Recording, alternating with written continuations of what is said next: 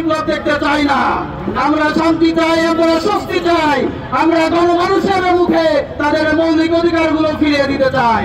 অন্তর্বর্তীকালীন সরকারের কাছে আমরা আহ্বান রাখতে চাই, গণঅভ্যুত্থানের পরবর্তী বাংলাদেশে শেখ হাসিনা এবং তার দোসররা আওয়ামী লীগের যে অপতৎপরতা অপরাজনীতি তারা বিভিন্ন জায়গায় প্রকাশ্যে নিবন্ধকে ঘটাচ্ছে।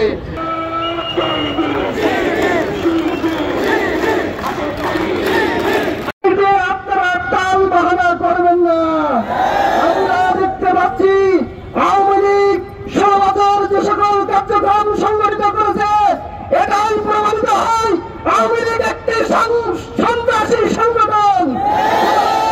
আওয়ামী লীগ তাদের সন্ত্রাসী কার্যক্রম সংগঠিত করার দুঃসাহস যদি দেখায়, বাংলাদেশের মানুষ পৃথিবীর পাশের কেল্লা নিয়ে তাদের টান্ডা বেড়া ঠান্ডা করে দেবে ইনশাআল্লাহ।